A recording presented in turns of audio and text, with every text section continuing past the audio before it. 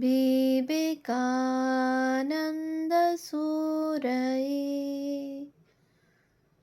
सच्चित्सुखस्वरूपाय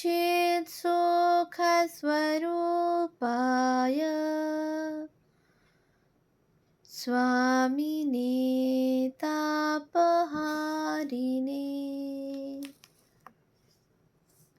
পূজনীয়া Mary Luis bark মহাশয়ার রচনা পাশ্চাত্যে বিবেকানন্দ নতুন তথ্যাবলী দিব্য প্রেরণার ব্রত সাধনে প্রথম খণ্ড গ্রন্থ থেকে পাঠ। ভাষান্তর শ্রী নলিনীরঞ্জন চট্টোপাধ্যায় মহাশয়। পৃষ্ঠা সংখ্যা 314। ডেট্রয়েটে চরম অবস্থা। জাস্টিসিয়ার জবাবে অক্সিডেন্টাল এর পত্র 25শে ফেব্রুয়ারি ফ্রি প্রেস এ প্রকাশিত হয়। আবার কানন্দ। ডেট্রয়েট ফ্রি প্রেসের সম্পাদক সমীপেশু। গত শুক্রবার ফ্রি প্রেসে যাদের শ্রীকানন্দের বক্তৃতা না শুনে তাকে সমালোচনার জন্য দোষী করা হয়েছে, আমি তাঁদেরই একজন। আমি না চাইলেও শ্রীকানন্দকে আলোচনার বিষয়টি আমার ওপর চাপিয়ে দেওয়া হয়েছে।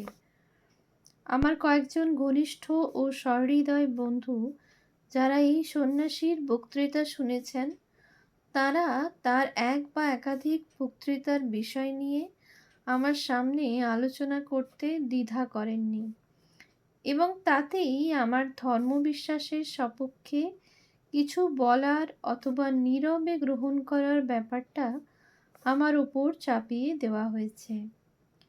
এখন দেখতে পাচ্ছি বলা হচ্ছে তার বক্তব্য সম্পর্কে সঠিক বিচার করতে হলে তার বক্তব্য শোনার কথা। আমার অবস্থাটা আমার বন্ধুরা যা শুনেছেন কেবলমাত্র তার বিবরণী থেকে উদ্ভূত। তার সম্পর্কে আমার এই গভীর বিশ্বাস জন্মেছে, প্রাচ্যের এই লোকটি একজন দক্ষ প্রতারক।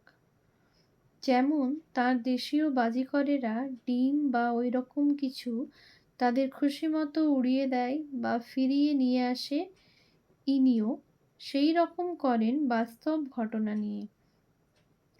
এর দ্বারা কেউ যেন ভেবে নেবেন না তার বক্তব্যে আমার মন টলে গেছে।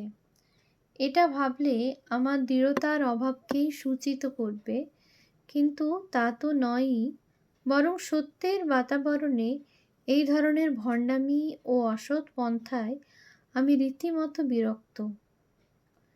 এখন দু একটা উদাহরণ দিচ্ছি, দেখুন যাতে শ্রীকানন্দের খ্রিস্টধর্ম পর্যালোচনার পদ্ধতিতে সততার অভাব ধরা পড়ে। একটি আলোচনা সূত্রে তিনি তাঁকে লেখা কয়েকখানা চিঠি পড়েছেন। এর মধ্যে একটির সঙ্গে একখানি ছবি ছিল, যেটি তিনি ধন্যবাদের সঙ্গে ফেরত দিতে চান। ছবিটার নাম আমাদের পরিত্রাতার হৃদয়। কোনো মন্তব্য না করে ছবিটি শুধুমাত্র উপস্থাপিত করার জন্যে বিবৃতিটুকুই যথেষ্ট ছিল, কিন্তু কোনো প্রয়োজন ছিল না তাই নিয়ে এমন মন্তব্য করা যাতে খ্রিস্ট বিশ্বাসীদের অধরষ্টের ফাঁকে ঈষৎ ব্যঙ্গমিশ্রিত হাসির ঢেউ খেলে যায়। উপস্থিত অবিশ্বাসীদের কথা না বলাই ভালো। যাই হোক, শ্রীকানন্দ জেনে শুনেই আমাদের ধর্মের সমার্থক কিছু প্রদর্শন করতে চেয়েছিলেন, কিন্তু তথাপি এই রকম একটি প্রতীকের মধ্যে প্রেরকের ত্রাণকর্তার প্রতি যে অনুভূতি সঞ্চিত হয়ে আছে তাকে হাসির বিষয় করে তোলা হয়েছে। এ কথাটা শতকরা 99 জনই ভালো করে বিচার করলে বুঝতে পারবেন। আমার প্রশ্ন, এরকম একটি পবিত্র বিষয়কে এইভাবে পর্যালোচনা করা কি সঙ্গত কাজ হয়েছে? আবার কোনো অনুসন্ধিৎসু শ্রোতা যখন জানতে চেয়েছেন তার দেশে বিধবাদের পোড়ানো হয় কিনা, তখন শ্রীকানন্দ প্রকৃত ঘটনা এড়ানোর জন্যে কৈফিয়ত দিলেন, বিধবারা স্বেচ্ছায় নিজেদের দগ্ধ করে। এবার আবার তার সঙ্গে যোগ করে দেন, আমরা ভারতের ডাইনি পোড়াই না, এখানে সেই অসততা ও ব্যঙ্গও প্রকাশিত হয়েছে। শ্রী কানন্দ কি ঐকান্তিকভাবে বলতে পারেন যে ডাইনি পোড়ানোটা আমরা খ্রিস্ট বিশ্বাসীরা মার্জনা করেছি? খ্রিস্টীয় জগৎ কখনো তা করেছে? আমরা নিজেদের আর কিছু না হোক প্রগতিশীল বলে মনে করি এবং কোনো রকম বিতর্কে ভীত না হয়ে জোরের সঙ্গেই বলছি, খ্রিস্টিয়ানি যেখানেই গেছে সেখানেই যে কোনো ধর্মের চেয়ে মানুষকে মানবতাবাদী করেছে।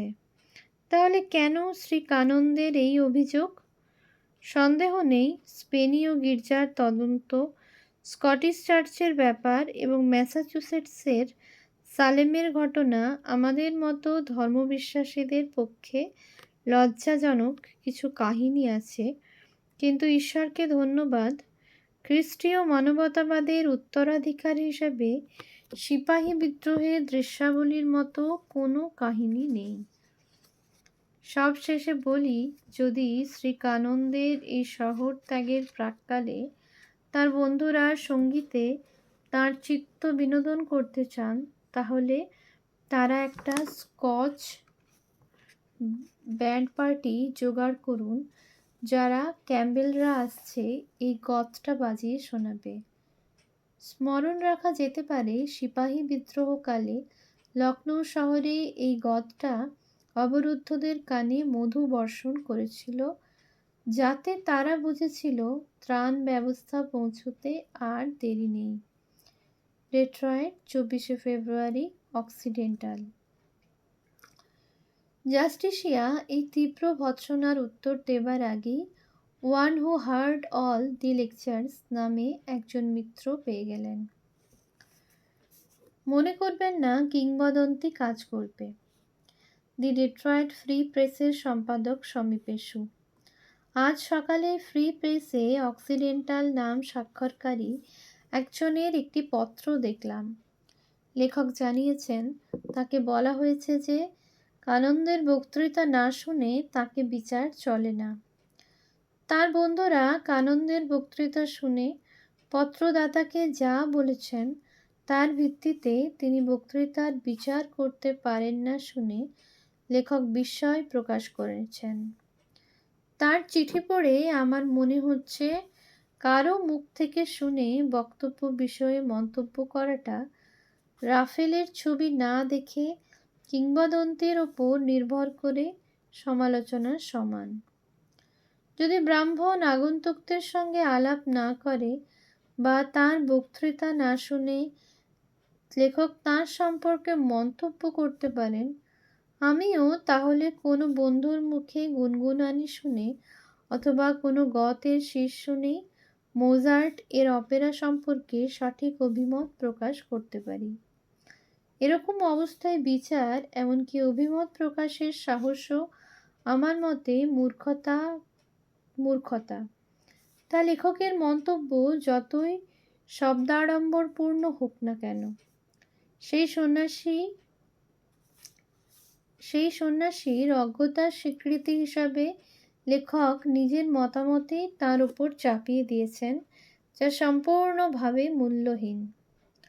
উড়ো মন্তব্য ভিন্ন এর কোনো সারবস্তুই নেই।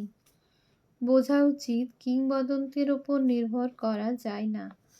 কোনো বক্তব্য কয়েক হাত ফিরলেই নানা রকমভাবে বিকৃত হয়ে পড়ে। এই অতি অকিঞ্চিৎকর ও বিভ্রান্তিজনক সংবাদই লেখকের অভিমত প্রকাশের ভিত্তি। কানন্দের কোনো স্তুতি গাইবার ইচ্ছা না রেখেই আমি বিচার্য পত্রে লেখককে বিনীতভাবে উপদেশ দিচ্ছি, আবার যখন কানন্দ এখানে আসবেন তখন তাঁর বক্তৃতা শুনুন। তিনি যেটা বলেন সেটা বেশ সতর্কভাবে পরিপাক করুন, তারপর ঘুমিয়ে পড়ুন।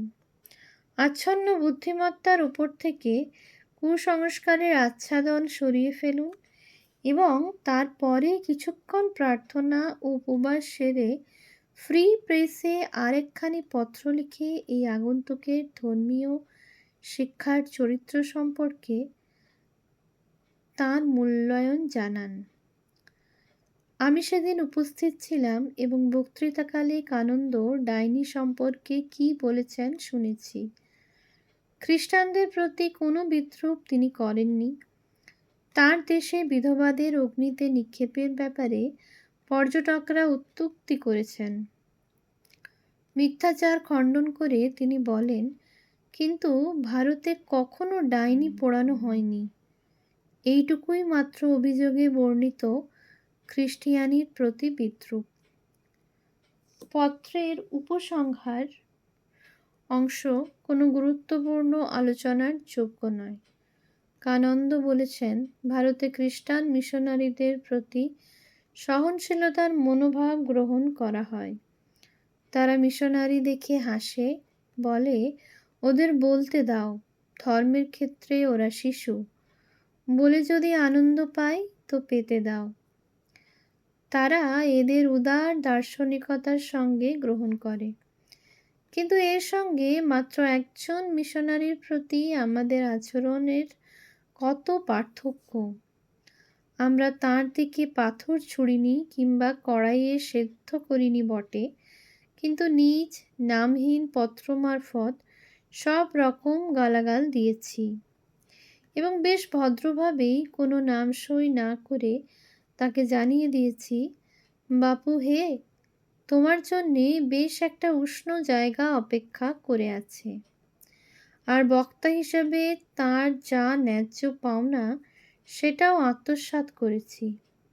ভারতে শিক্ষা প্রতিষ্ঠান স্থাপনের মতো মহৎ উদ্দেশ্যের জন্য যখন তিনি বক্তৃতা দিয়ে অতি সামান্য পাবেন, অথচ তার ম্যানেজারেরা প্রায় সবটাই মেরে দেবেন, তাতে আমেরিকাকে যদি অর্থলোভী দেশ বলে তিক্ত ধারণা নিয়ে ফিরে যান, তাতে আশ্চর্য হবার কি আছে?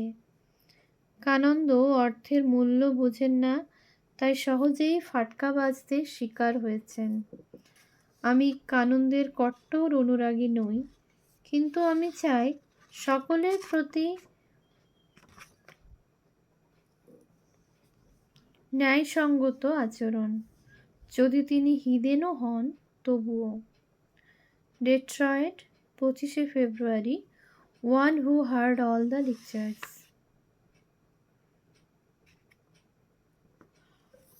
Om Shanti Shanti Shanti. Harihi Om Tat Sat. Sri Ramakrishna Panamastu.